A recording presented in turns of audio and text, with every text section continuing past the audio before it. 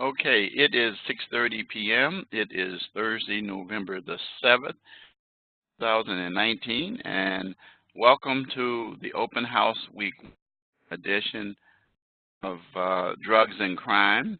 And my name is Richard Wright. Most of you, or several of you already know that. And so I will be with you for the next 5.5 weeks, all the way until December the 13th, to be exact. That is the last day of classes for this class. And we're going to today spend a little time going over the expectations that I have for each of you as far as this assignment. I'm going to tell you how to maximize your points, how to get perfect scores, and I'm going to let you know a little bit about me at the end of the day.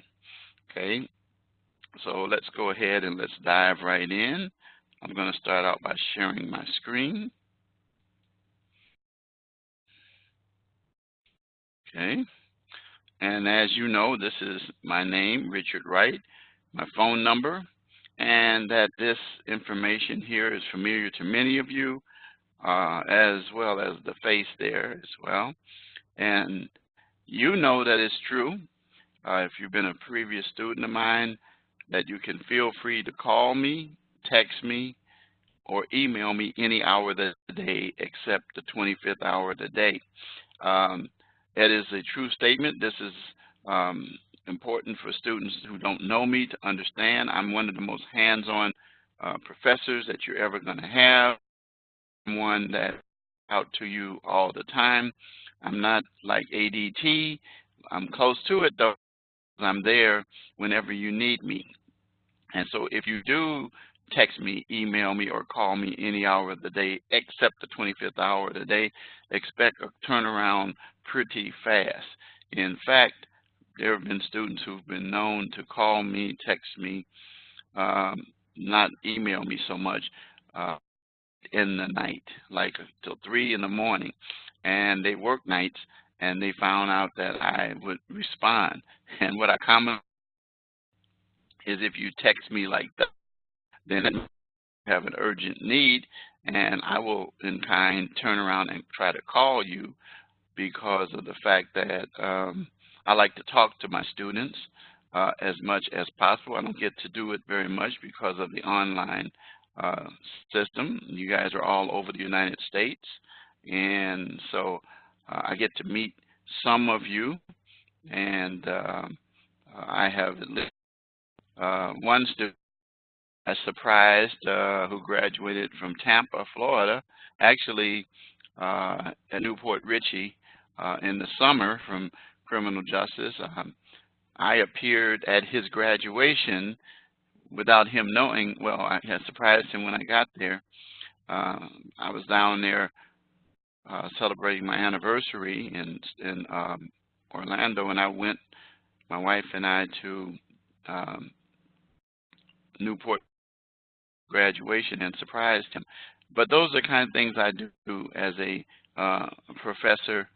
I go further than anybody that you're going to have. Now, I do encourage you that if you're going to text me, please make sure that you include in the text your name and the course that you're taking, and the issue that you're trying to get resolved. If it's a specific assignment, give me that assignment by name, because I have over 125 students, and I manage well, but I don't keep everybody's phone number in my phone, otherwise my memory would be eaten up. So it is important that you reach out to me. If you have a problem, let me know contemporaneously with the time you have the problem, or as soon as you possibly can thereafter, so that we can work out a plan to get things done. You'll hear more about that in a little bit. And then the other thing that's important is what's highlighted here is rubrics. You're going to discover that my grading is done in the rubrics. And the rubrics are included in your grade book, but you will have a chance to see your rubrics when you do your assignment, and actually before you do your assignment, because your rubrics are right there built into the assignment by yours truly so that you can see.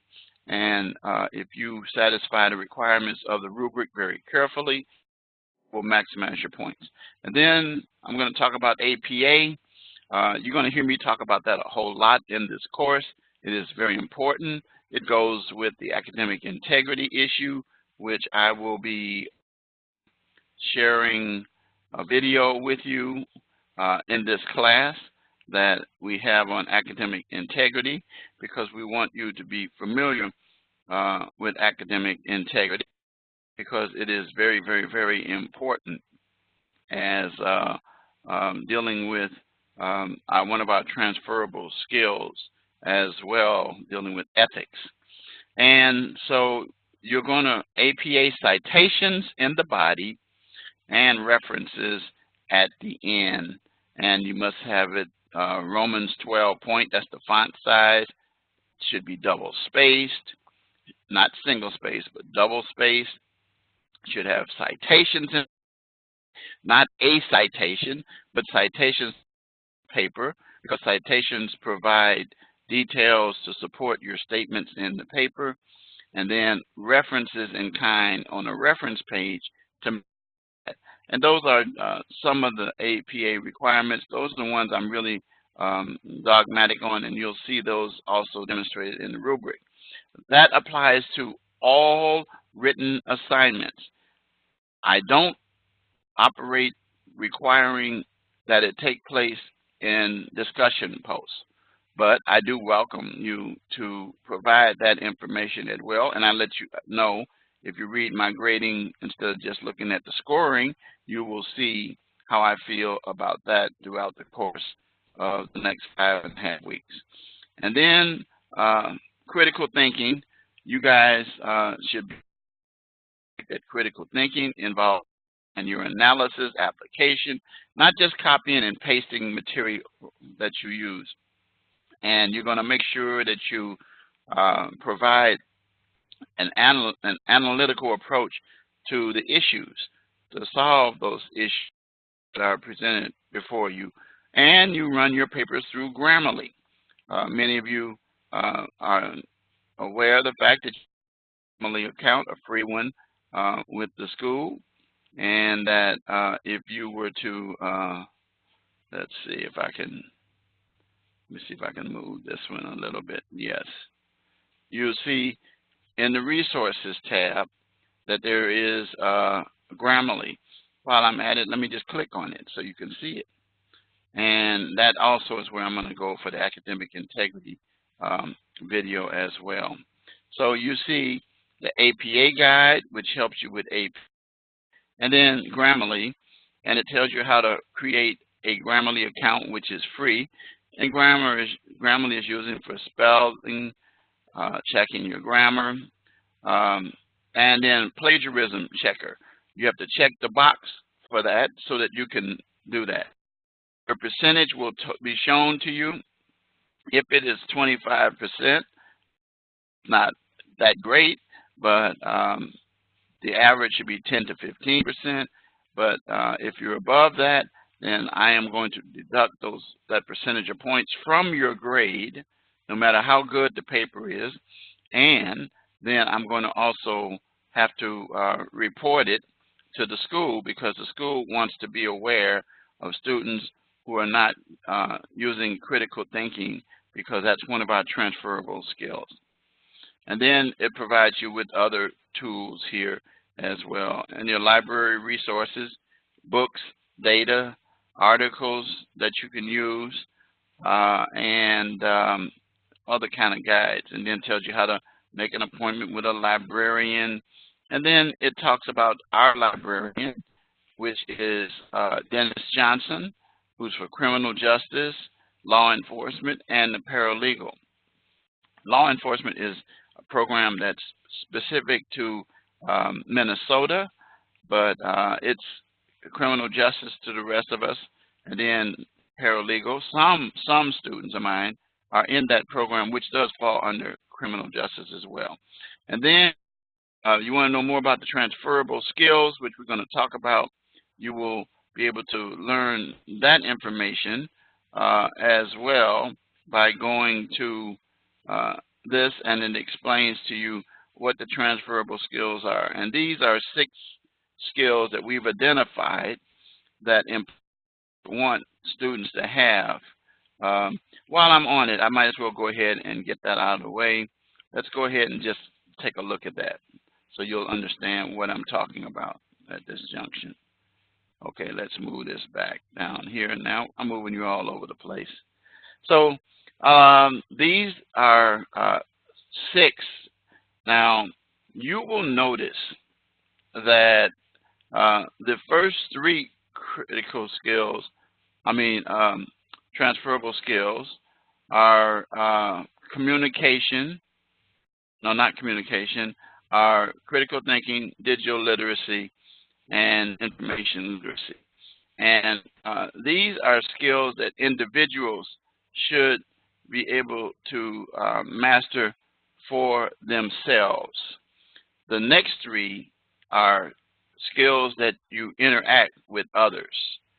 So that's the key. So what is critical thinking? It's defined right here in front of you.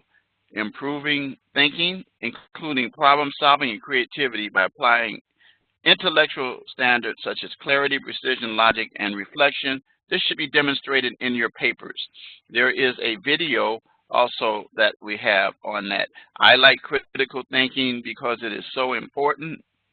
I am a natural critical thinker myself because I went to law school. As you've discovered if you've looked at my information that I provided to you in the student lounge. And then digital fluency. When I went to school years ago, there was no such thing. But now digital fluency is basically being able to understand digital tools such as Blackboard, which is this mode that your classroom is located in. Understanding WebEx, which is what we're operating under right now, and how to utilize those for your benefit. And being able to recognize using them. They're very beneficial and friendly. You have tablets, you have phones, smartphones. I have right here in front of me that I'm holding up a phone that has like a gazillion number of apps on it. If I click on it, you see these little things here. These are all apps, and you're familiar. I have everything from a calendar to how I can pay my bills. I even have my textbooks on there also as well. So digital fluency, I am adept at it. At my age, many of you know this, I'm 69 years old, and I am pretty good at it. I still am learning some things, but I know how to navigate a lot of things. So digital fluency is something that is very important as a skill that you'll need in terms of self-development. So critical thinking and digital fluency are the first 2. The third one is information literacy. Oh, this is recognizing, as it says, information is needed and possessing the ability to locate, evaluate, and effectively use needed material, using sources that are credible, reliable. Never used Wikipedia. Did you hear me? Never use Wikipedia. I say it again, never use Wikipedia. It is a word-based source, and anyone can change the information there. So these are 3 of the 6 transferable skills that you yourself as an individual should possess, and employers are looking for you to have the ability to be a critical thinker, be digitally fluent, and information literacy, being able to research and find resources that are credible, and also giving credit for resources that you find. That goes back to the citations and the references. And then the second part, this is how you interact with others as a critical, as a transferable skill. Communicate in writing, reading, and oral communication, understanding nonverbal language. All these are so important in terms of your communicating with people in school, in life, And in employment, you need to be able to recognize that there will be individuals who have different languages than you do. I'm kind of jumping ahead of myself, but anyway, the point of the matter is you need to be able to communicate. You'll discover that in many fields in criminal justice, since I'm in that area that we're talking about, that employers are looking for communicators. Your writing. That's why we're so dogmatic about making sure that you're spelling. I'm not conducting a spelling class or English class or a grammar class. However, you need to learn to be very good in those areas, because employers will identify that, such as when you put together a resume. You know, you can mess up by having even a misspelling or poor grammar in your resume. You know, I get emails sometimes, and I can tell when they're phishing emails. And that's PHISHING. I think that's right. Not like catching the things that you eat, but I can tell because there's usually something misspelled in there, or either there's poor grammar in the email. You know what I'm talking about. So it's very important that you learn to communicate well. Diversity and teamwork. Be aware of the fact that you have to exercise empathy, which you'll see me doing as a professor all the time, working with people from various backgrounds and cultures, people who have different beliefs than you do, people who look different than you do, but they have one thing in common. I always tell everybody, if you cut them, their blood's going to be red. Now, I know I talked to some of my nursing colleagues, and they say, you know, blood is really blue. I said, yeah, but I'm talking about when I see it outside the body, when it hits the oxygen, it is red blood. And you've never heard, you've heard of red-blooded Americans all the time. And so the point of the matter is, it is important for you to understand that we want you to be diverse. Learn different languages. The fastest growing population in the United States, bar none, is Hispanic, and the language is Spanish. Even though then there are various dialects. There are people who are from Latin America who don't speak Latin, but they speak Spanish. Puerto Rico, who speak Spanish. Mexico, who speak Spanish. People from Spain itself who speak the proper form of Spanish. And so I speak a little Spanish, poquito, se habla poquito en español, which means I speak a little Spanish. I have had to work with people whose language I didn't understand at all. I've worked with people who speak Polish and don't communicate in English at all, but I have learned to communicate with them through nonverbal language. Shaking your head horizontally generally is no. Shaking your head vertically generally means yes. And it's like an international language. So the point of the matter is be aware that you're going to do that. Now, this school is committed to diversity and inclusion. In fact, yours truly is a member of the Rasmussen Faculty Diversity and Inclusion Committee and active in that. I constantly teach and preach about diversity, and I will talk about that in class, because there are things in this world today that are happening that diversity is not appreciated. As I just heard recently, right in an area where I live, an area called Naperville, which is an upscale area, at a Buffalo Wild Wings, a black family was told to move their table because of the fact that a Caucasian regular there didn't want to sit next to black people, and the manager or assistant manager, whoever in charge, told them that they were going to move them. The people said, no, we're not going there, we're taking our business elsewhere. Well, as it turned out, what happened, they opened up a can of worms that they didn't want to. They ended up ultimately, of course, firing those two employers who made that move, and they banned for life the individual who did that at Buffalo Wild Wings. And now they're dealing with The family apologizing, the CEO of Buffalo Wild Wings came forth, and now they're going to have sessions where they deal with those kinds of things so that they can minimize or basically express zero tolerance for it. And that's the way we have to understand ourselves as criminal justice professionals. In your classes, you're going to have a chance to interact with students through the discussion posts. Be courteous. You know, you can disagree. I disagree a lot with students, but when I do it, I don't shoot them down. I explain to them my perspective, and I provide support to back it up at the same time. So each person is entitled to their religious beliefs. They're entitled to their sexual preferences. They're entitled to dealing with presenting their cultures and respecting that the same.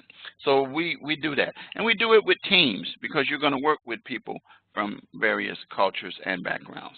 And then the final one of the sixth one is ethics and professional responsibility. We believe that ethics will take you a long ways in terms of being successful, and unethical practices will take you long ways in the wrong direction. I always tell students, if you're an unethical student, you can possibly, unless you get that corrected, become an unethical professional. That's what our issue is all about plagiarism, not giving credit. That's also what we mean when we say that you take tests and we say you agree to abide by our academic integrity policy, which I will be discussing in a few minutes. So in the workplace, it is important. I have criminal justice students. I produce what we call ethical, professional, and educated criminal justice students. That's my contribution in the area of criminal justice that I'm committed to coming in. Those of you who are students of the past are not surprised. So those are the 6 transferable skills and they're called transferable again, finally, because they transfer out of school into your employment situation, as it says, and you'll have a chance to utilize these skills in your assignments. That's why your assignments, believe me, when they're put together, all 6 of these are in mind when they put together the assignments. We don't do any busy work for anybody. Okay, and then you can learn more about the transferable skills in the guides to transferable skills by clicking that. So we got that covered now. So now let's go back to our, so this is what's in that resources tab that you will find.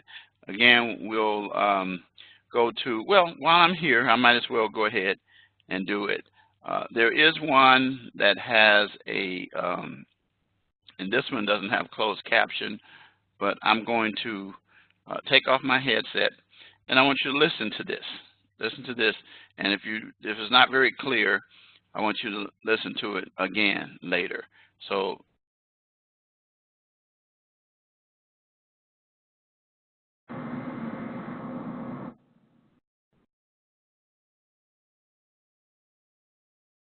what is academic integrity? Academic integrity is making decisions in your academic life that are based on honesty, trust, fairness, responsibility, and respect. This means being honest in the work you do, while respecting the work that others do. So what is cheating? Cheating means distributing or receiving answers or information by any means other than those expressly permitted by an assignment's requirements or an instructor. Some examples of cheating include asking fellow students for answers or copying answers during a test, using notes, devices, or materials during the test that your instructor has not approved, purchasing papers from websites or other sources, copying your classmate's work, assisting a classmate in misconduct, and other violations as noted in the academic integrity policy that can be found in all course syllabi. Always ask your professor if it's okay to use notes during a test or to work together with classmates on an assignment or quiz. Now let's talk about plagiarism. Plagiarism means using another individual's work without giving them credit, or taking another person's work and claiming it as your work. Some examples of plagiarism are turning in an assignment that someone else wrote, copying words or ideas from someone else. This can be a library resource, course textbook, internet resource, or other material without giving the original creator credit. Failing to put quoted works in quotation marks, or using someone else's ideas in your essays, but changing a few of the words to make it sound like the words are your own. Plagiarism is not just about written words and ideas. It's possible to plagiarize images, graphs, coding, or video as well. So how can you avoid plagiarism? Cite your sources, both in the body of your paper as in-text citations and on your references page.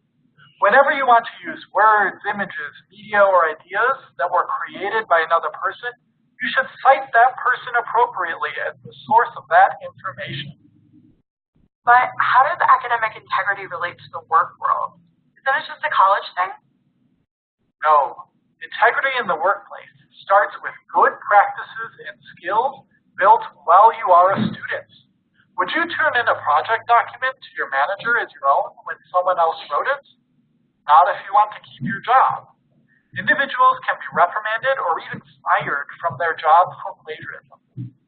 Following academic integrity guidelines while you are in school builds those skills and ethical practices that carry through to the workforce.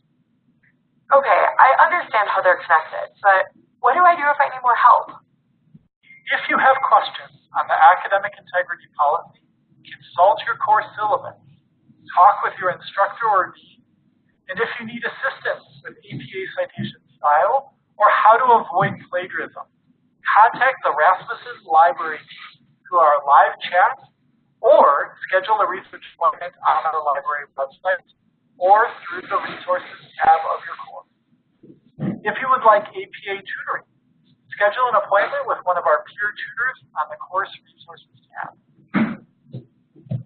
Okay, that is the, let me plug this back in. Okay, that is the information that you should be aware of and that we want you to know. And as far as resources, also you have your guide by subjects, which here I'm going to click on that. Once again, that's under the Resources tab.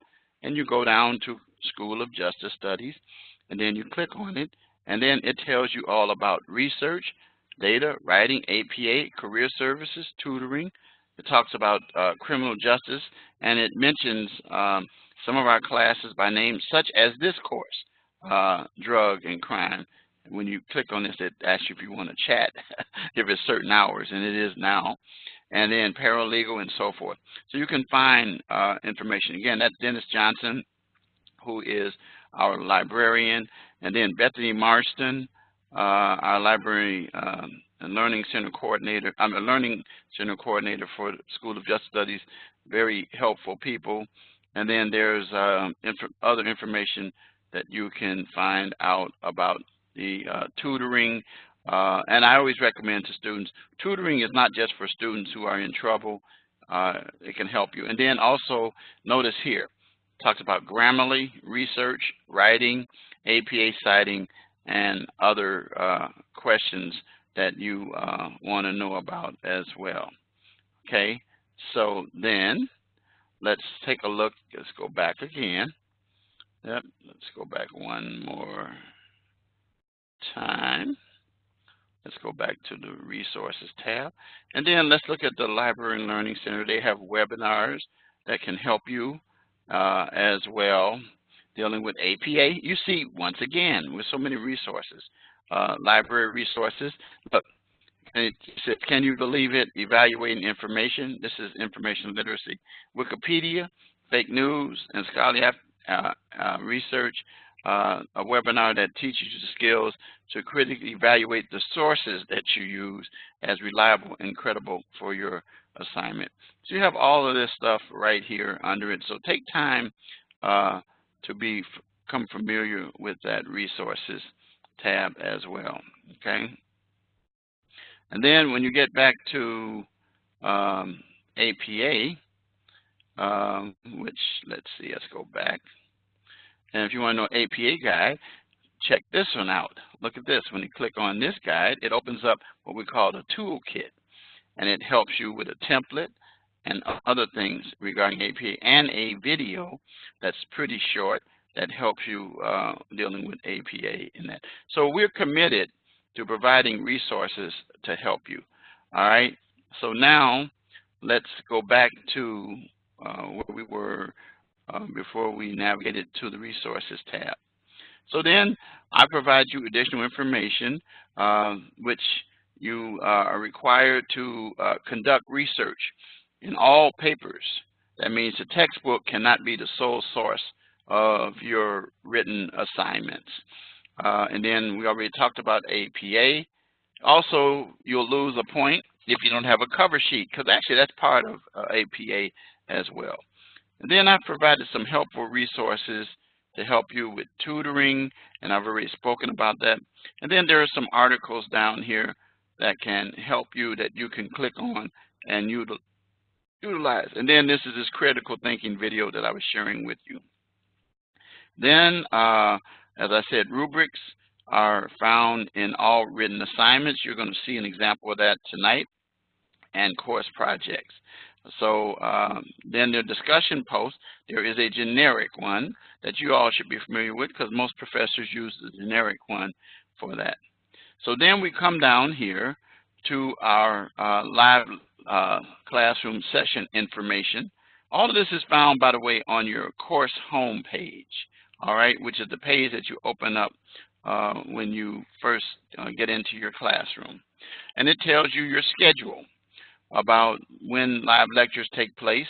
Every week they take place. Now notice the difference. Pay attention. Today's live lecture, it says will take 6:30 to 8:30, but it's really going to be longer. It's not going to be 8:30. I'm hoping it's not, won't be, because I have another lecture at 8:30 tonight, and begin tonight, and it will be an open house, which means I will operate a little differently than the way I do weeks 2 through 6. But notice what happens. That's Thursday. Your lectures will not be taking place on Thursdays. However, they will take place weeks 2, 3, 4, 5, and 6 on Mondays. And your first one will actually be, I think I said Monday the 12th, but I think Monday is actually the 11th. I think I'm right. Let's see. Isn't Monday Veterans Day? I think I'm right. Yep. So let's fix that right now. This is how I fix stuff. I just go back and I change that to 11. Okay. So then now, if we go back and look at it, it should say the 11th. Yep. So your live lectures will take place Monday, November the 11th, your first one, which will be your week 2 lecture, and we'll go 8:30 to 9:30. Now, in this class, sometimes lectures go longer because there are some very important videos that I want you to see, which you're supposed to look at in the class, but I take them and include them in the lecture so that you can actually kill 2 birds with 1 stone, satisfy the requirement of looking at the lecture and or attending the lecture, and at the same time using the materials to help you understand the module. So you must attend a live lecture or listen to the archive. And students have already asked me, yes, the lectures are recorded, and I send you, the live lectures and a link. And what I will do is, where it says recordings, each week, starting with tonight, under this, there will be a link. You will notice that my links are to YouTube videos. What I do is I convert your videos to what we call, your lectures to what we call MP4s, upload them to YouTube, which makes it more user-friendly for students because sometimes there are outages with the WebEx. but very rarely is there an outage with YouTube. And the other thing is that it's a link given to you, so that if you don't have that link, you can't get that information. It's how you will be able to find it. And that's how your recordings will take place. All right. Now, be aware that when you do your live lecture recordings, that you're required to give me a keyword to let me know that you did it. It's actually a drop down in your assignment. But what I want to express to you is that that assignment is due on Sundays, and that if that live lecture is, except when we get to week 6, but weeks 1, 2, 3, 4, and 5 are due on Sundays, such as today's is actually going to be due this Sunday, the 10th, and that by 11:59 p.m., which is the same as your written assignments for the week, and that you will get points for that.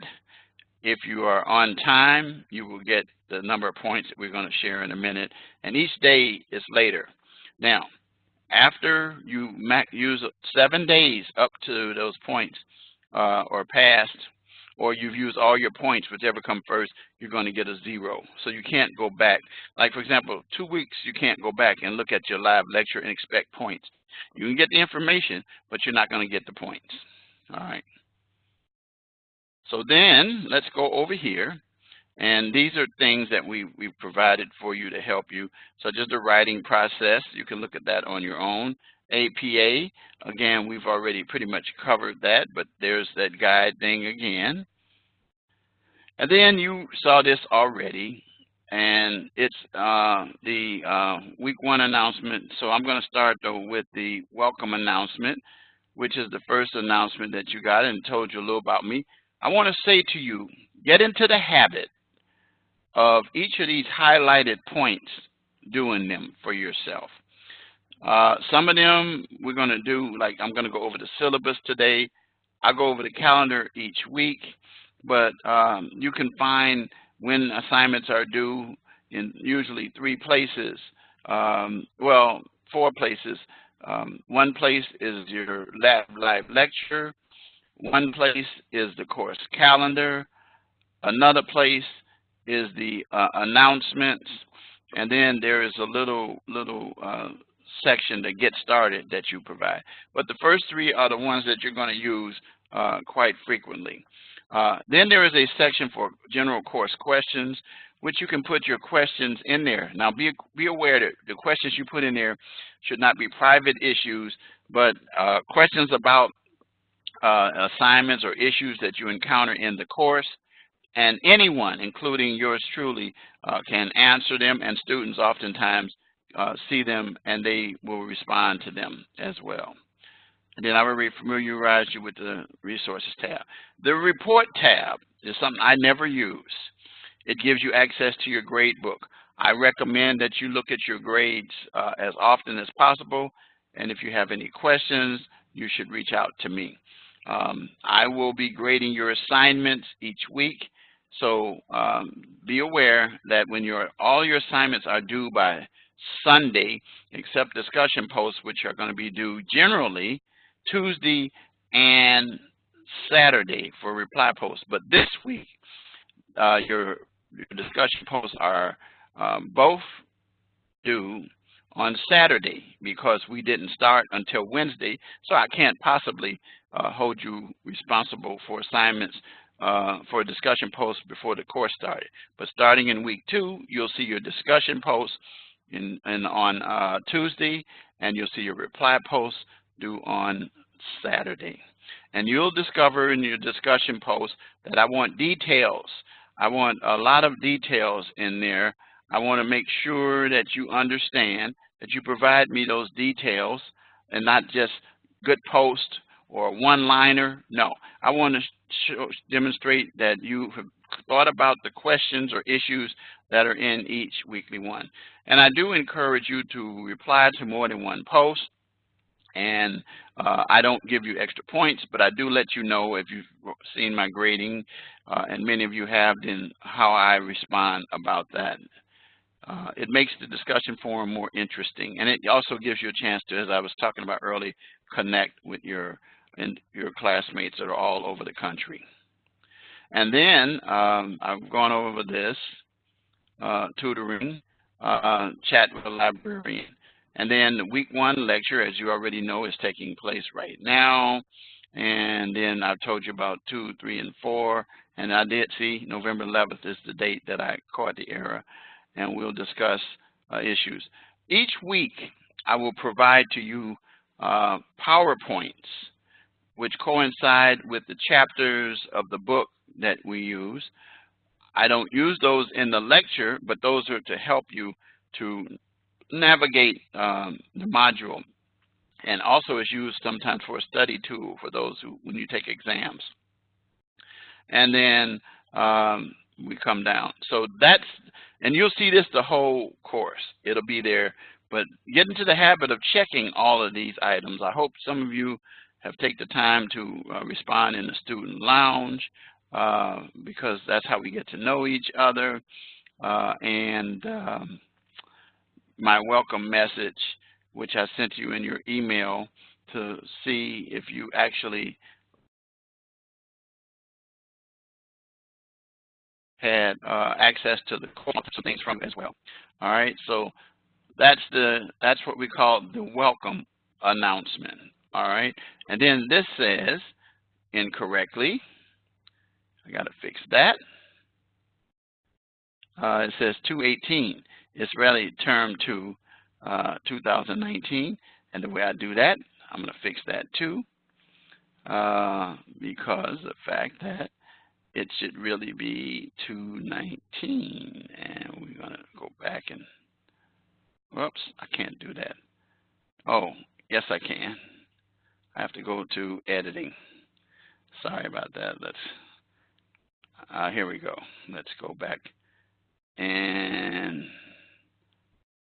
I have to go to the chevron that says edit. There we go.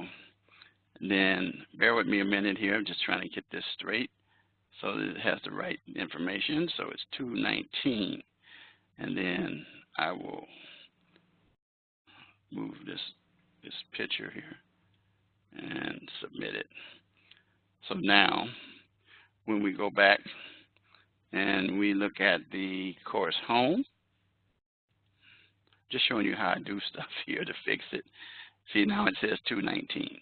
All right, so now let's look at the, each week there will be an announcement, and the announcement will provide to you at the beginning of the week what the module is all about. In this case, psychoactive drugs, categories and effects on the body, classification of controlled substances is going to be covered, and chapters 1 and 2 of drugs, crime, and justice will be sent to you after this lecture today. Each week you'll generally get those in advance. All right, and so it tells you the PowerPoints that go with that, so you'll get those as well. And then this tells you when the lecture takes place, what time it is, and those kinds of things. All right. And then your discussion post assignment, discussion, classification of drugs and controlled substances, and I told you already about the deadlines for that. And then you will have a quiz. Now, I recommend to students that you take the quiz Sunday, because you'll have a chance to go through all the material, because it is a closed book quiz based upon the academic integrity policy, that you shouldn't have sticky notes or any of those things, and it's timed. It's timed, and it's due by Sunday. So you're going to discover this week that you're going to have your discussion posts that are due. Notice what it says. Each of them due Saturday, this Saturday. And then your quiz is due Sunday. That's for this week. That's going to change, but anyway. And then a reminder about the open house that's taking place now. And then I'm going to talk to you about my motto. I encourage you to start strong, finish strong, and then I'm going to explain to you why in yellow or gold, adversity is a springboard to success. Again, many of you already know what I'm going to talk about, but it's something so you'll understand why I know that adversity is the springboard to success. using my own personal experience. So now let's take a look at the course calendar real quick from this course. As you can see, there it is right there. And it tells you where we are today. Your reading assignment was due yesterday. That was the first day of classes. And then your live lecture is today. And your initial posts and reply posts are due Saturday. And then your quiz. And then there's these checks in here tell you due dates, which if you look at the module, you'll see. So if you click on this, it tells you that the quiz is due. And then if you click on this one, it tells you that your live classroom lecture keyword is also due. So, and then next Monday, the 11th, we'll deal with week 2, and I won't talk about what takes place there until next week, but I will admonish you and remind you that your whole calendar is already in here, which you can click on and look at, and you can see everything when things are due anytime you decide, and you see all the way until the last day of class, which is the 13th, which is as Friday the 13th in December. All right, not Sunday the 15th, but the 13th. All right, so that's your calendar, and you'll be able to see all of that, and each week I'll remind you about the 13th being the date. So now let's go take a quick look. I covered quite a few things in the syllabus, so let's go over that. And my name, my phone number, and then a reminder of something that you're already aware of, because I provided that to you. Then it tells you a little bit about the course. It tells you the textbook that we're using that is available to you online. And then it tells you about your requirements. I already talked about discussions. Now, while I am on discussions, the one thing I will do is I'll wait till I get to late assignments. We're going to come to that in a minute. All right, so I've already told you about the resources tab and all those things. So these are the assignments that you'll have: readings, discussion assignments, quizzes. There'll be 5 quizzes throughout this course and multiple choice questions, and they will be timed. And then your course project. Now, your course project is different from what you might think. These are actually what they call written assignments in this course. And then there will be a final exam that consists of 25 multiple choice questions at the end of the course. Now, the course project will be introduced next week, because we'll deal with that in modules 2 through 5. So don't worry about that for today. And then our live lectures, we already have covered that. This is how you get your perfect scores, by the points that you get for each of your assignments. And you'll notice how important it is for you to get 5 points for each lecture. You start out with on Sunday, giving me the key phrase or word. Monday, if you get it in late, then you're going to get 4 points. And then each day you lose until you use up your 5 points, and you're going to get a 0 from there. All right? So be aware of that. All right. And my grading scale, I want to talk to you about, and just say this once and one time only. My goal is to get you from A to B's or B minus. Never call me, text me, email me any hour today, even if it's not the 25th hour, to say, hey, Professor Wright, what do I need to do in your class to get a C, D? And I won't answer you, because I'm not going to help you with that, because you don't need a question answered from me to get a C or a D. If you're going to be developing that habit, you're in trouble when it comes to possible employment opportunities for the future. You're going to have to develop good work ethic, good habits. Grades are just a measure of the time that you put in your classwork, but they also demonstrate to employers what kind of person you are as well. So honor roll and dean's list people, that's where I like to roll.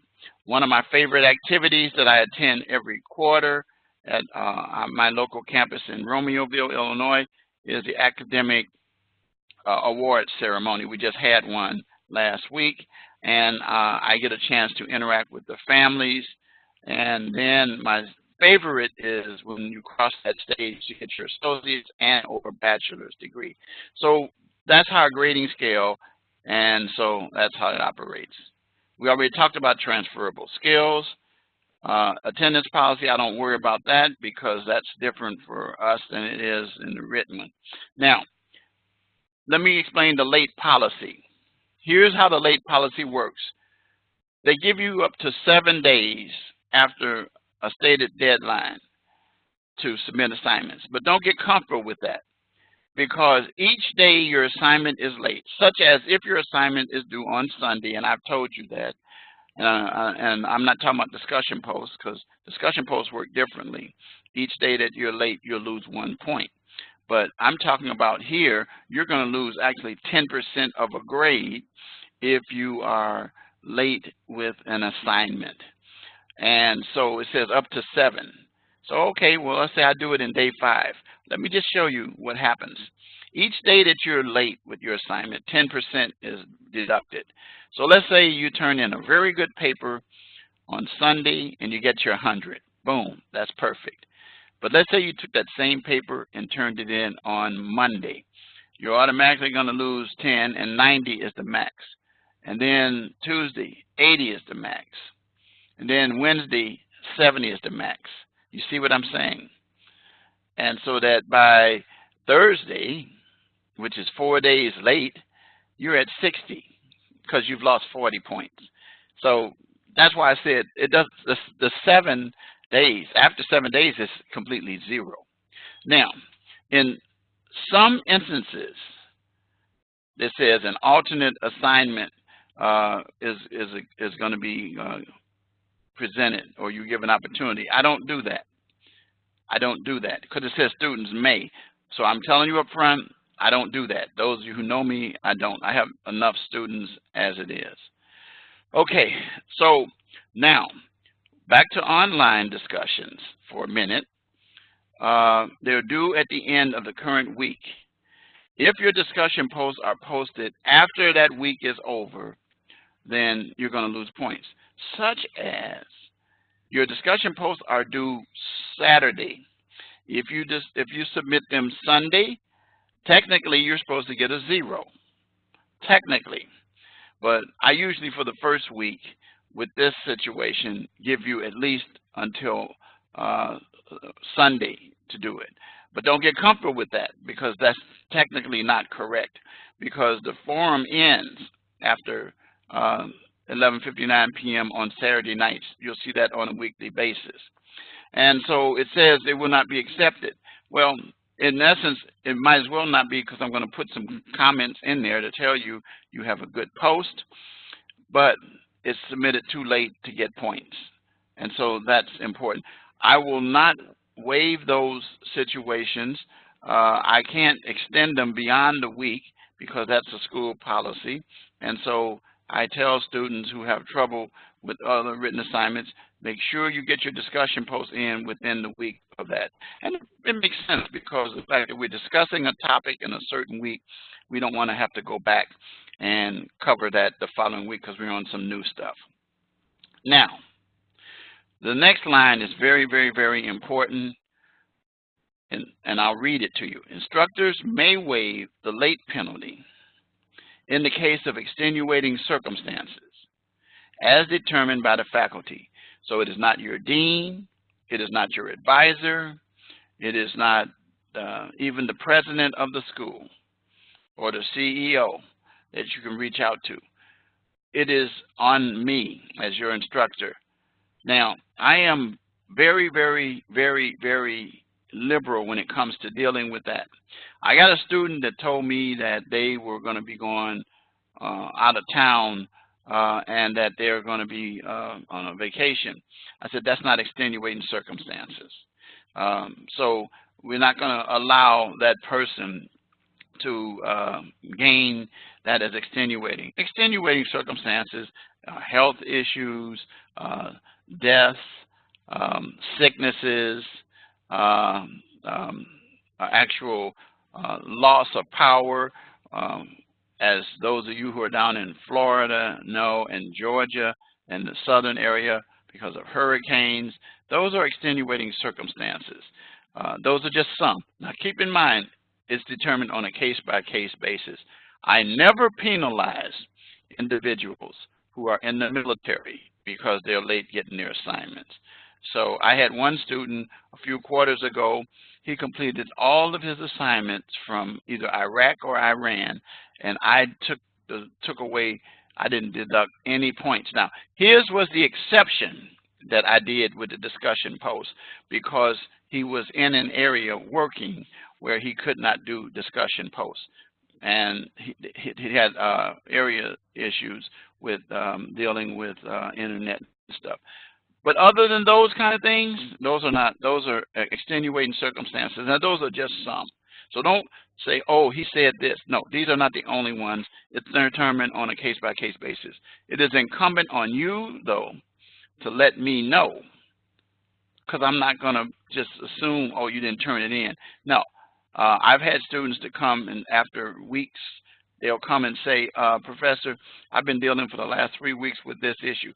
I said, shame on you. You should have let me know right away, and that kind of thing. So those kind of situations. So in extenuating circumstances, I do waive late penalties.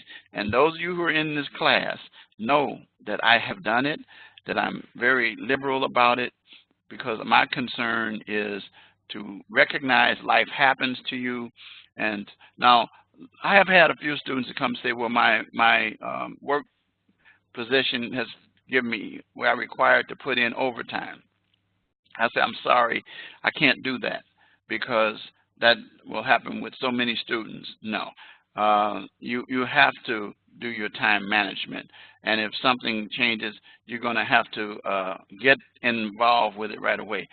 Yours truly, as you're going to learn, went through school working and raising kids.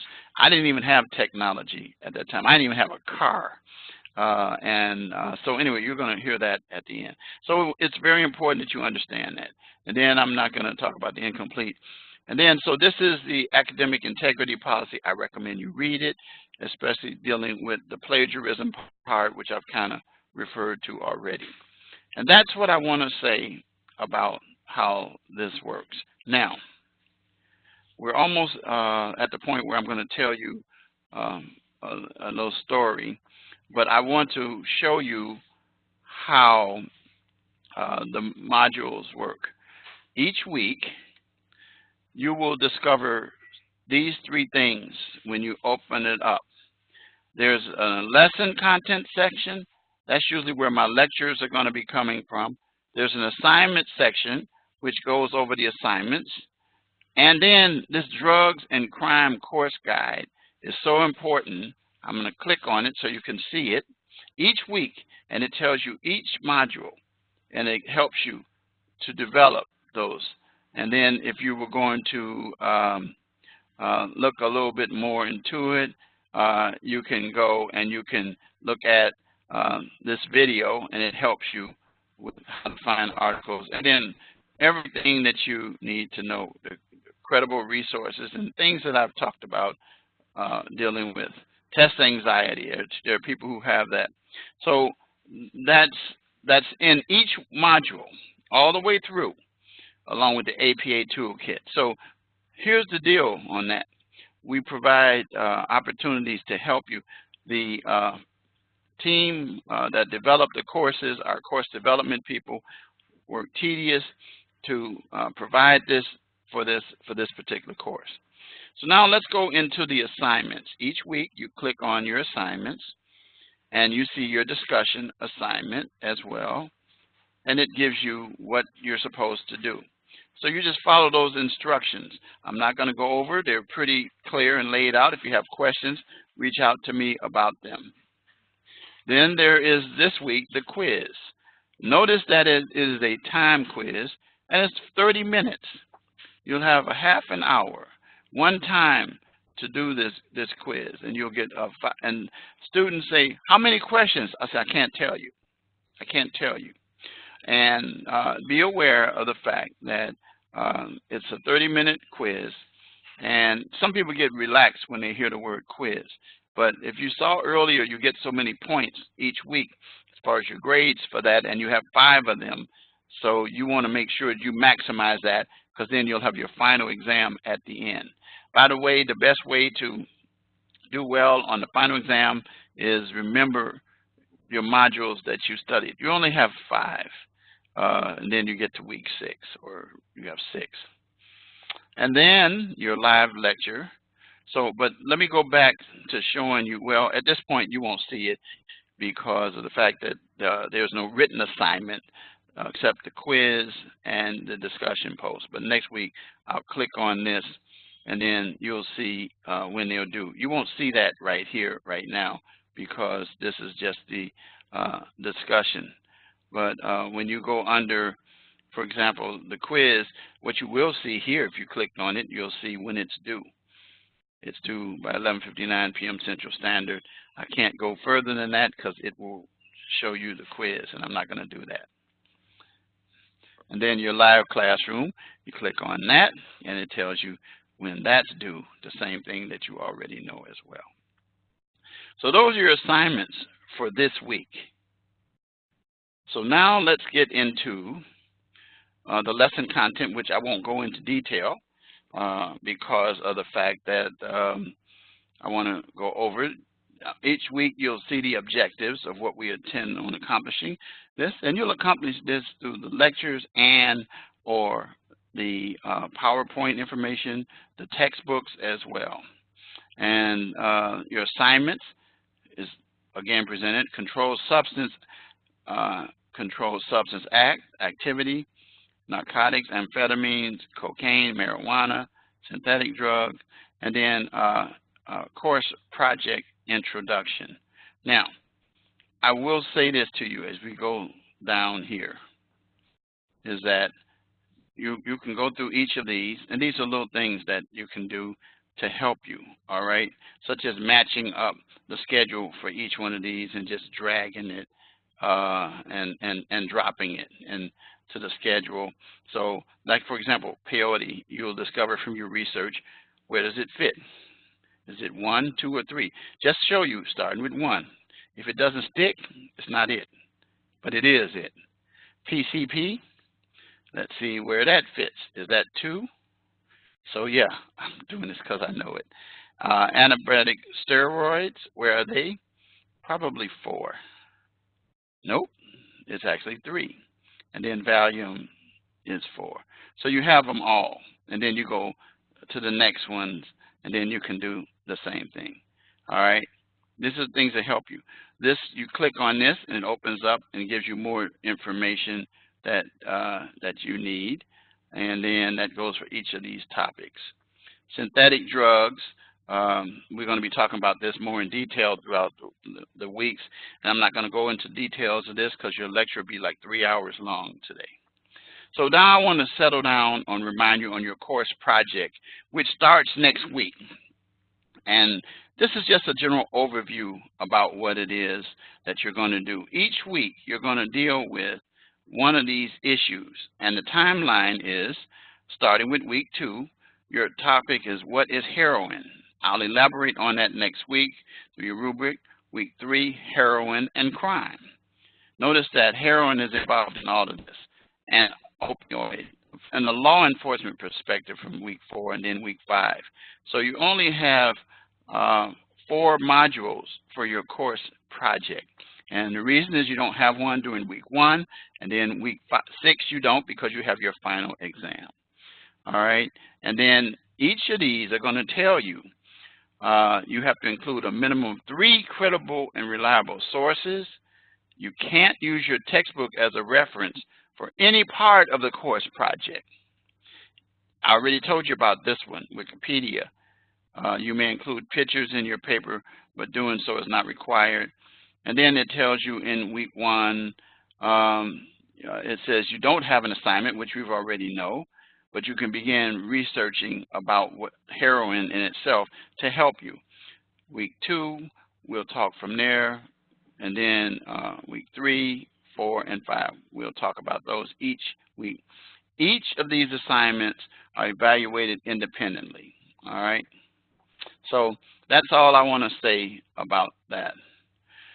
So now we come to where I've given you all the information that I want to give you. I am now going to spend the rest of this time, roughly, hopefully, the next half an hour or so, providing you with something that you need to know. And this is going to be repetitious for people like my friend and student here, Carol, but it's always something that students should know about me, so you understand that I'm very empathetic and understand why I say adversity is a springboard to success. It all started in 1957, Memorial Day. At that time, Memorial Day was the 30th of May. Now it is the last Monday in the month. And my dad and I went to a baseball game. He loved the White Sox, and to this day I do. And he and I went to the game and came home. We were living on the west side of Chicago, which was primarily a Jewish community in the 50s, and then it changed over into primarily African American in the 60s, which is where it remains today.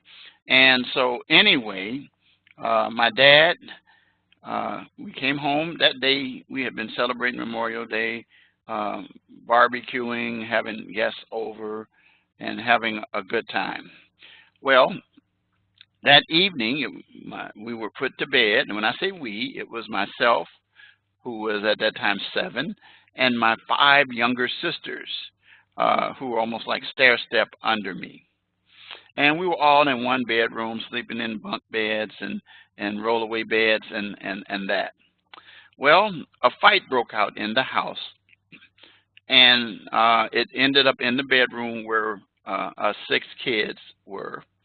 And the light was turned on, and a man who had been rooming, he rented a room in our house. My mom and dad let him, they met him at a tavern, and so they let him rent a room.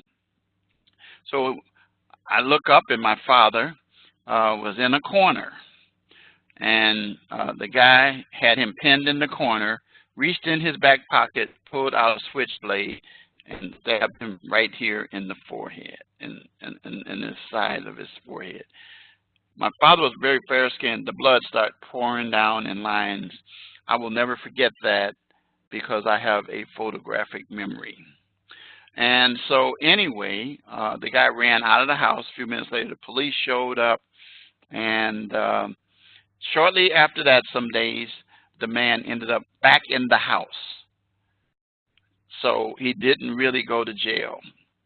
And I didn't understand that. Well, he would then, at that particular point, after we had buried my dad, start sleeping openly with my mother and not left his room that he had rented. And my mother then became the victim of domestic violence for the next years after that. And so he continued to beat her so bad that her face was disfigured. He would go to jail, and she would get him out, go bring him back home to us. In the meantime, my mother had not 1, but 2 kids by him. The area and community that we were living in started getting pretty tough, and the gangs decided that they wouldn't recruit me because they knew that what I had gone through. Back in those days, gangs were different than they were now because cocaine and these semi-automatic and automatic weapons were not in the picture. So I ended up living in the house with this guy who I knew had killed my dad, and my mom never married him. And from 57 to 62, she endured that on a regular basis. So it's pretty challenging. So in 62, my mom decided to leave the area, and we moved to an area in Gary, Indiana called Tarrytown, which was a beautiful community. And she rented out the house that we owned, which was a 2-flat. And so we moved there, and just around, I'd say, after school was out in 62, so that meant in the summer of 62. So in the fall of 62, I started school at a school called Locke School in Gary, Indiana, 6th grade, and I ended up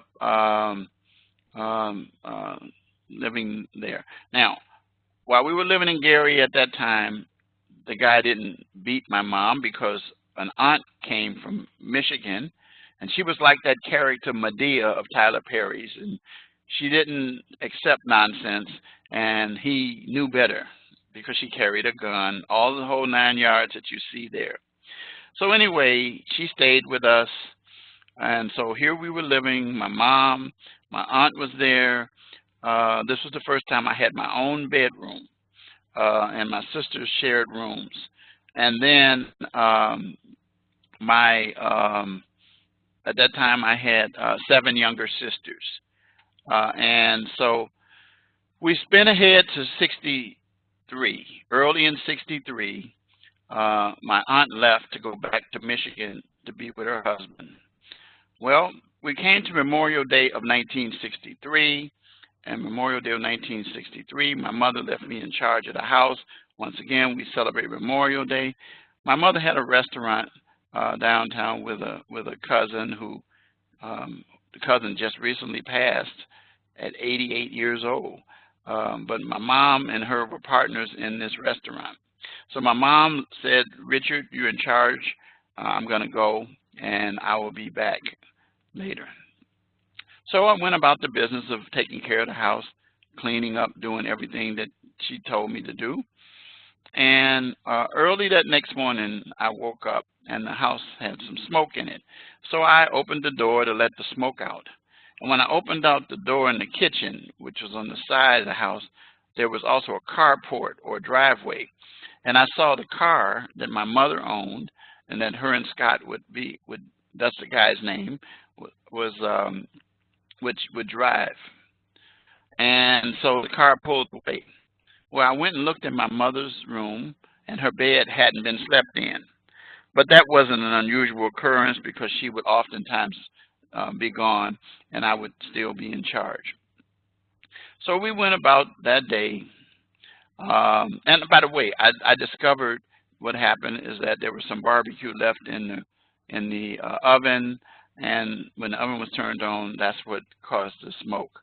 And so we found out later that that was the guy who had killed my father, and the next thing that he's going to do now was going to kill us.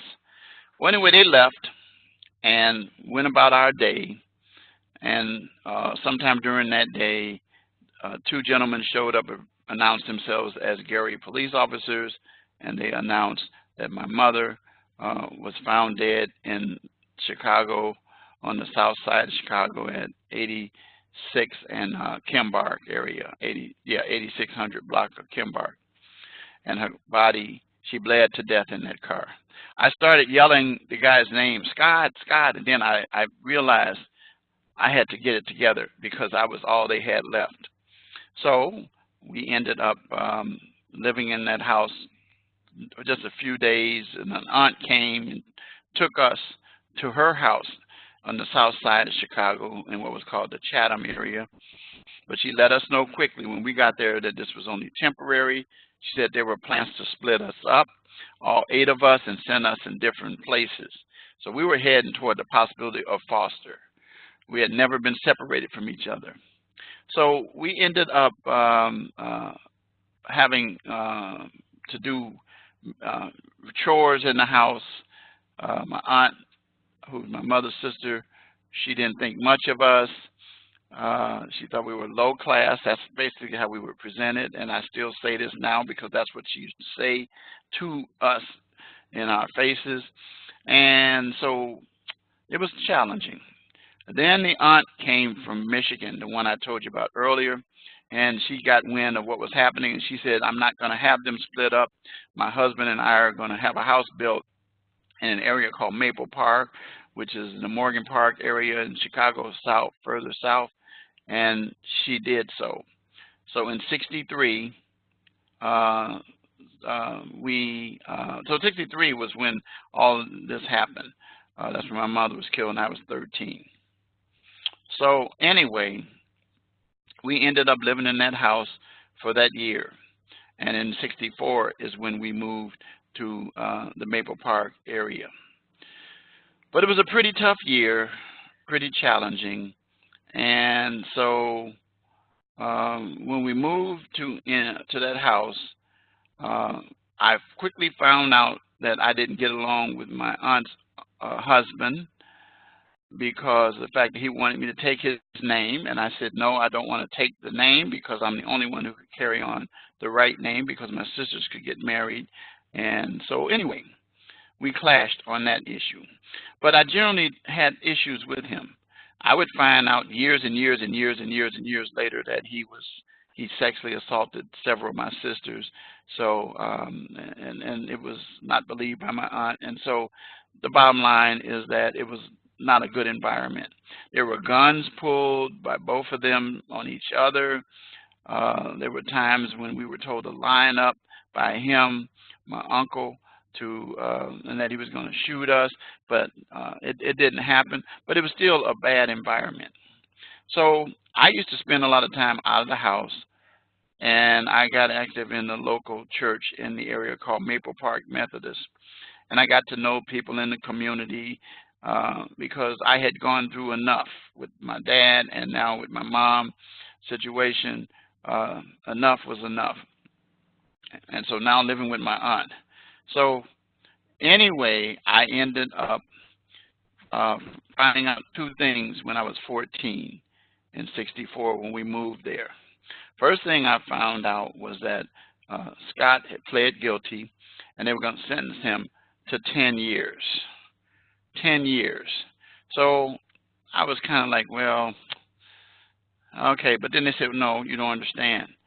The system says 10 means 5. And for good behavior, he could serve 3.5 years. And by the way, ultimately, that's what he did. So here I am, a 14-year-old, dealing with that. And when I get disturbed, I started to ask questions. And I was told that there's these people called lawyers. That's who deals with that. So I went to the library at school and asked the librarian if we had any books. She gave me the ability to check out a book. I took it home, read it overnight, cover to cover. And anybody I met after that, I said, my name is Richard Wright, and I'm going to be a lawyer. Well, I was heading on my path then. And quickly after I did that, the aunt that didn't think much of us began to discourage me. Even in school, they began to discourage me. But I was not going to be discouraged. I was not disrespectful to anybody. I just knew that I was going to accomplish this goal. And so anyway, the other thing that happened is I heard a lady on the radio and I liked her voice. So my aunt let me go visit her and we became friends. And then she began to mentor me. I spent a lot of time with her. Another opportunity to get out of the house. I used to go on trips and stay weekends with her. But I'm speeding ahead, but years later, actually in '84, she was so much in my life that we ended up becoming very, very close, and she became my mother. Because when I asked her to be my mother when I was 14, she laughed. When I told her what was going on, my aunt tried to cover it up, saying that it wasn't true. But anyway, she did investigation and found out I was telling the truth. So I had those two things going on. I was 14. So then I went through high school, and the church that I told you about offered me a scholarship, a 4-year scholarship. All that my guardians had to do was sign. But guess what? Because of my uncle, my aunt wouldn't sign. So I declared that I was going to go through and graduate from high school. I had already I was in sports at the school for a little while, but then I had to get a job. I had a paper route in the morning, and then I started working at McDonald's after school. And so here I come to graduation, and the scholarship wasn't, they didn't allow me. But I had developed a close connection with friends in the neighborhood, and one of them at the church told their mother about me, and my aunt decided that she was going to move out of that beautiful house to chase this husband of hers who was chasing women in the city further back into what we call the hood, an area now that's called Bronzeville in Chicago, around 37th and Michigan area. And I said, I'm not going down there. So I ended up living with my friends, and they let me come live there. And then I registered for classes in the junior college. It was then called Loop College, City College of Chicago. Now it's called Harold Washington. So I began taking those classes. I would take the bus and go to my classes, 2 buses and an L train. And so I registered for full-time night classes. In the meantime, my friend's mother had a friend downtown who got me a job in a big Jewish law firm. I was on my way, and I took the job as a messenger in the law firm. And I would go to the law firm, and people would wear like shirts like I'm wearing here. You know, I'll show you down here. You can see. But I didn't do that. I wore a shirt and tie. I didn't wear a jacket, and I was the only one. I used to get teased for that. But I began to stand out. In fact, I took a package one day to McDonald's Corporation and met the chairman and founder of McDonald's, Wright, and he took a liking to me, and I became his personal messenger. Well, in the meantime, I decided to do something to make this situation more difficult. I decided in 1970 to get married to the young lady I was dating, and she and I got married, and she started school. And she was a year behind me in high school. So anyway, I moved into an apartment with her, and then guess what happened? Yes, 71, here comes one child. 72, here comes another one. Both were girls. And so it was a challenge, but I still kept. And incidentally, during those periods, I was on the honor roll and dean's list. I had these things called books I carried because we didn't have technology at that time. And I would have to be at work 8:30 in the morning, get off at 4, and be in class by 4:30. I would get out at 10 o'clock, get home, study on the train where there were all kinds of distractions on that train, and then get home, get a quick bite to eat, check on the family, and then go to sleep and get up early that next morning and catch 2 buses and an L. And I did that Monday through Friday, and then I had classes on Saturday. So I did that. It was a challenge. Well, we went on through, and there were times when I had to reduce my load because of challenges like, for example, the military was after me and were going to take me away from the family, but then they decided to leave me alone because they found out I was the only surviving male, because I had 7 sisters, as you know already, and then I had the 2 daughters and a wife, so I was a surviving male, so the military didn't take me, so I was what they call deferred. So I went on through, did well at the college. I participated in student government in the evening. I ran for student vice president of student council, and I won. And then I ended up not graduating, but I decided it's time to move on to a 4-year institution. Roosevelt University was the school I chose to study. I had been studying what they call pre-law, so then I turned that into political science, major and minor in business, specifically in accounting. And so I continued to do well, honor roll, dean's list, and so forth. And anyway, there were challenges. There were money challenges.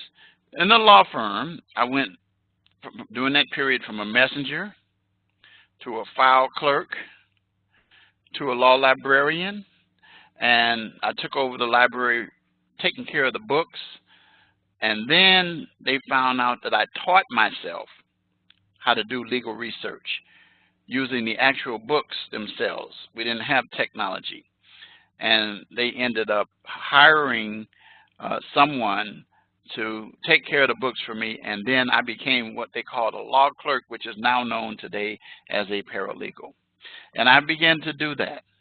In the meantime, we came up on time for me nearly to graduate, and I had decided I was going to go to one school and one school only, Northwestern University School of Law.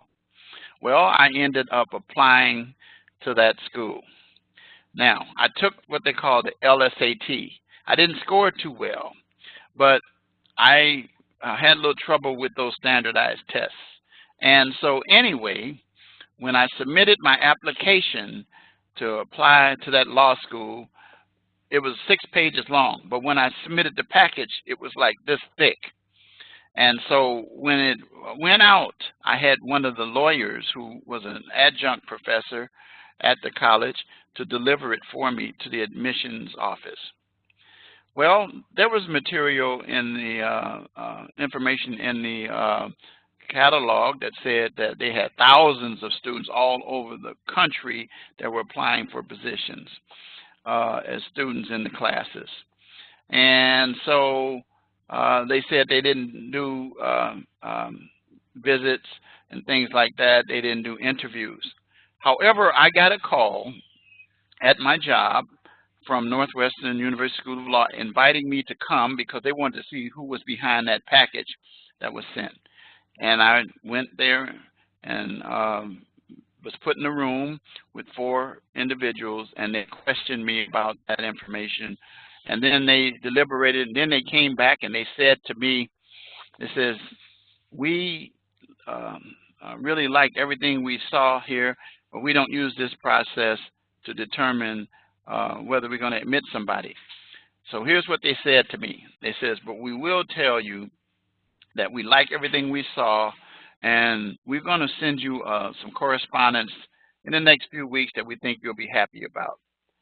So I did. I received a letter, and of course, you know what happened. That was their informal way of saying I was accepted, and then I got the formal acceptance letter a couple weeks later. So I was excited. I was on my way.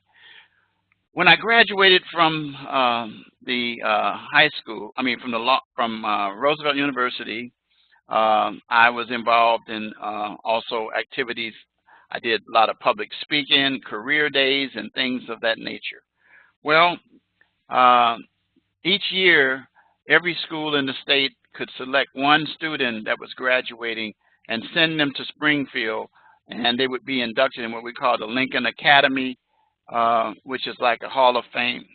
Out of 5,000 students, yours truly was selected, and I went to Springfield, and the governor gave me a medal, which I have today, and later on I got a certificate, which I have on my desk at my office at the campus.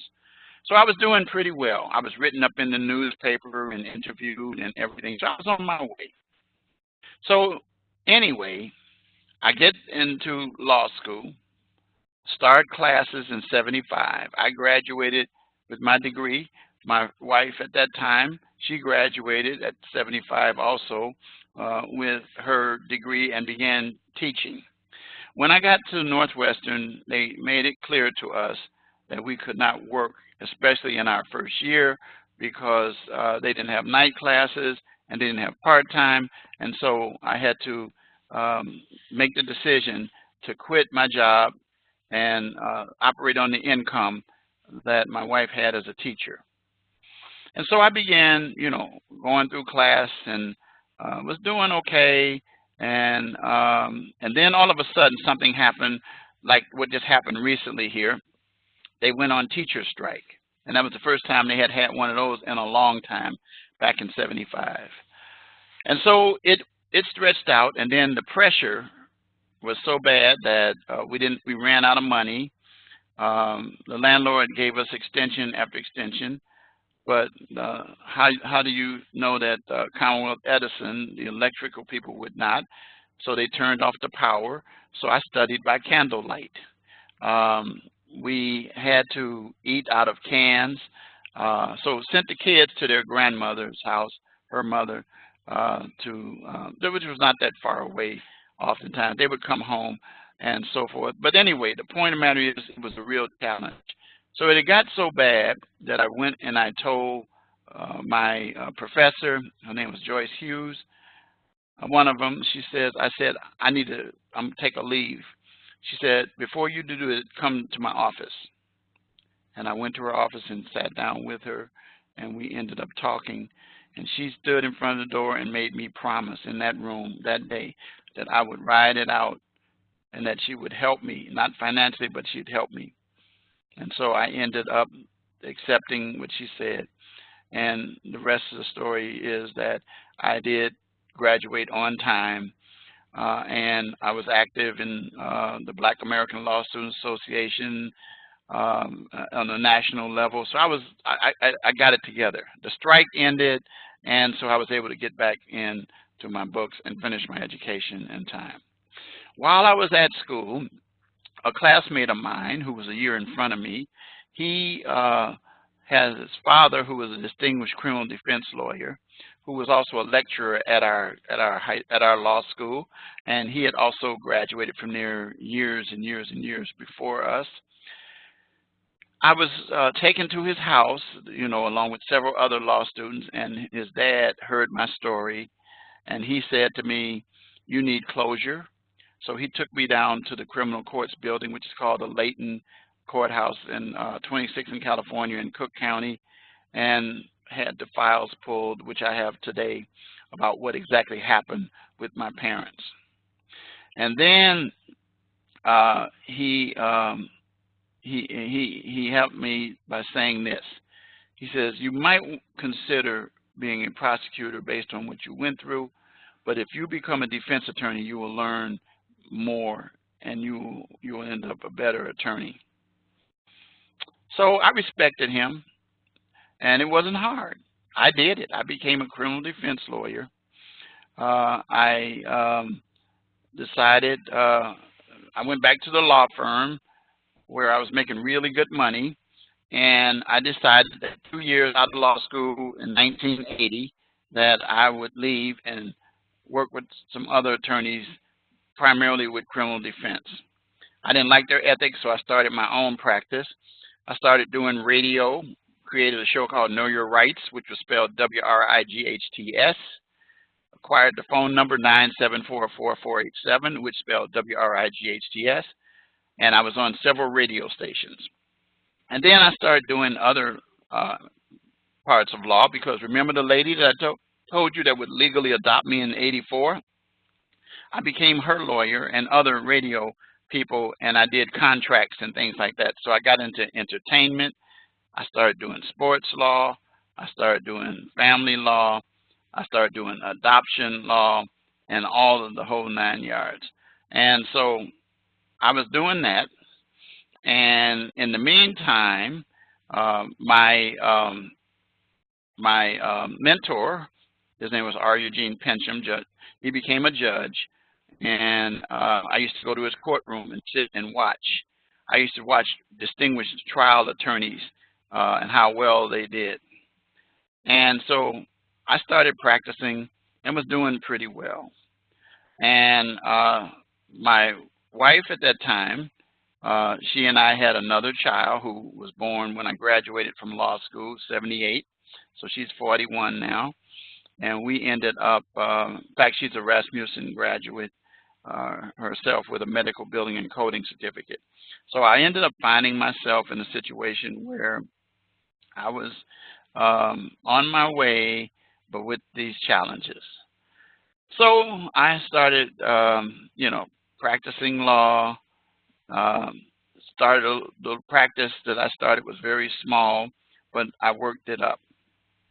In the meantime, my wife at that time and I started going in different directions in life, and we ended up getting a divorce, and I ended up moving out of the house and moved into Hyde Park, where I met at that time, Mayor, well, I hadn't met him before, but we became friends, Mayor Harold Washington, and we formed a friendship. And he was my neighbor where I lived in Hyde Park. Well, I was doing pretty good there, and I was enjoying life kind of as a single person. And then I ended up finding myself at a point where I was hitting a low, and my life wasn't all that. I was making a whole lot of money, but I wasn't happy.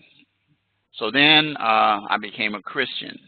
Now, I had been going to church before that, but it wasn't in me. It was on me, as I tell people. And so I, in '87, decided I would get serious about it. And that was when my divorce took place. And so I ended up finding myself at a point where I met a young lady who became a client, and we ended up getting married, and I joined her church. And she and I then had a daughter, so thus I had 4 daughters. And so I was moving along with my practice. Her mom became the village president of a town called Ford Heights in the south suburbs, and she invited me to be her village attorney. So I said, I'll take the job on one condition, that I can carry a gun. She says, the only people who can carry a gun are police officers. She says, but you can become a part-time police officer, voluntary, but we're not going to be able to pay you. So I went to the academy and became a part-time police officer. I never wore a uniform, but I also participated in drug raids, and I obtained certificates in all areas of law enforcement. And so from '89 to '93, I ended up becoming a police officer. So I then became the village attorney, the village prosecutor. And then it became clear that the chief of police was crooked, and so a new chief came on, and I became an internal affairs investigator. So I did all of that, not realizing that it would come back and be a benefit to me later on in terms of becoming an instructor, which I had no plans on doing. By the way, it was after that I found out that my second wife and former pastor were carrying on. So she and I split, and I ended up going through a pretty challenging period in my life. But I was introduced to a phrase called God is able, which is how I operate my life today. So anyway, I went through that, and then I met a young lady, and we became friends after that. And we decided in July of 1994 to get married. And I married her. And I've been married to her now 25 years. You see her in the student lounge. And so I told her when I first married her, I said, I'm going to be leaving law because I want to work in ministry more. And I did. So then I started, stopped practicing. I ended up focusing on other things like the church. I taught special education. I ran a janitorial company for a company called Service Merchandise, being responsible for 26 stores in Illinois until they closed down. I did refis with a title company where people refinance their house, and I was doing pretty good. And then that started to diminish. In the meantime, my wife and I had a little boy, my first son. He's now 24 years old. And yes, he's junior. You see him in the picture. And then after that, there came a daughter who's now 20 years old. And then there came a son who's 19 years old. And then finally, the last piece was a baby girl who is now 11 years old. So I thus had 4 girls from previous marriages and 2 girls and 2 boys from my current wife. And so I began moving forward and went to seminary, 91 to 93. and studied for my Master of Arts in Religion, which is still pending because I did everything except complete a paper, but I got my knowledge. So I became serious in ministry and doing those things. Then finally, in 2011, my wife lost her mom, and we had a beautiful home in an area called Richton Park in the Matheson area, and we decided we had to move, get her out of that area. So we moved out to an area called Plainfield. At the same time, someone brought to my attention there was this school called Rasmussen College. I had never heard of it, and I did some research, and I said, oh, wow. I said, this is a for-profit school. I don't know about that because for-profit schools had bad names. But I did my due diligence and researched, and I checked who was behind it, and I discovered that the chairman of the board was a Dr. Henry Benian. Dr. Benian was the president of Northwestern University, not School of Law, but Northwestern University. So that gave it some instant credibility. And so I interviewed and took a job as an adjunct professor, and I was still doing closings and for the title companies. And I took a job teaching business law residentially in October 2011. So I ended up letting the dean know quickly that I was a criminal justice person. So the following quarter, which would go into winter quarter of 2012, they put me into the criminal justice department. I began teaching as an adjunct professor residentially, domestic violence. I taught a bunch of introduction to criminal law and other courses. So the fact of the matter is that I had ups and downs financially because as an adjunct professor, you don't always have the same salary, and I didn't have full-time benefits and all of those things. So I stayed there, and finally in 2013, they said, well, we're getting ready to go online with our program. And so I had to learn how to do that. I had never done that before. And so I had just learned how to use a computer in 1999. So anyway, I was 49 then. So I ended up taking on the challenge and became an instructor there at Rasmussen. 2014, an opportunity came for what they called the state program coordinator. And I ended up applying for that position for the School of Justice Studies of Illinois, which made me responsible for Romeoville campus, Mokina campus, Aurora campus, and the Rockford campus, and the students in that program. And I was hired. And I did that job. And I would visit the campuses, and then I was teaching 3 classes then. So I was full-time now. And so then, in 2015, they changed and did away with state program coordinators in the School of Justice Studies and in some other programs. I ended up becoming a instructor who had then 5 courses online. Since that time, I've been teaching 5 courses online every quarter, and I began to impact upon students, connect with students, help students. I've had a few students that started back with me when I first came there in criminal justice in 2012 that have matriculated through and became employed. I write letters of recommendation. I do everything to help my students in terms of student success. But I let you know that in teaching these classes that I expect you to understand that you will have challenges, and I'm sympathetic to you. And so as a result of that, I find myself committed to you and am one of the most student-oriented. They call me the student advocate professor because I think that the most important thing for me to do is teach someone, reach someone, something that I know that could benefit them in their field of professionalism. And that's what I do. So here I am today at 69 years old, doing it with fervor, enjoying it with a smile, loving what I do, and continuing to reach and teach.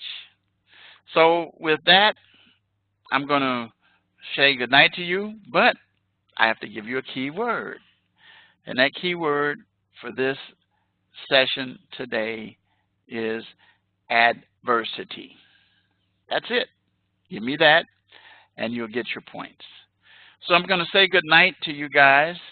I am, if you can't see it around me, tomorrow I am moving. I was blessed to move out of an apartment, which we're so happy to have, and we're closing on our home tomorrow morning, and so I'm moving into that tomorrow, and I'm excited. I say this to you: challenges can either drive you up or drive you out. If you're in my class, I don't let you quit. And those of you who are in here from other classes can confirm that. I've had students that didn't always agree with me. I had a student that told me one time that he really didn't, he says, I shouldn't be doing this. One student told me I pay good money, I should get good grades. I started laughing. I said I really laughed because I said, we don't sell grades here. You earn them. And that's how you're going to succeed. If you get into that habit of believing you can buy stuff, that means you're going to have trouble as a professional as well, and you're probably going to end up going to jail or losing a job because of bribery. So anyway, good night. I got another lecture coming up in about 15 minutes. I will see you guys in the next lecture Monday night, and we'll go roughly 8:30 to 9:30. Again, remember, if we go longer in this class, it's not because of the lecture, it's because the video requirements of that week. But I also include them at the lecture to help you out as well. So I'm going to say good night. You guys have a great weekend, and I'll see you Monday at 8:30 p.m. Central Standard Time back here again. Good night. Oh, thank you. Thank you, Carol. I know that was privately, but I said thank you.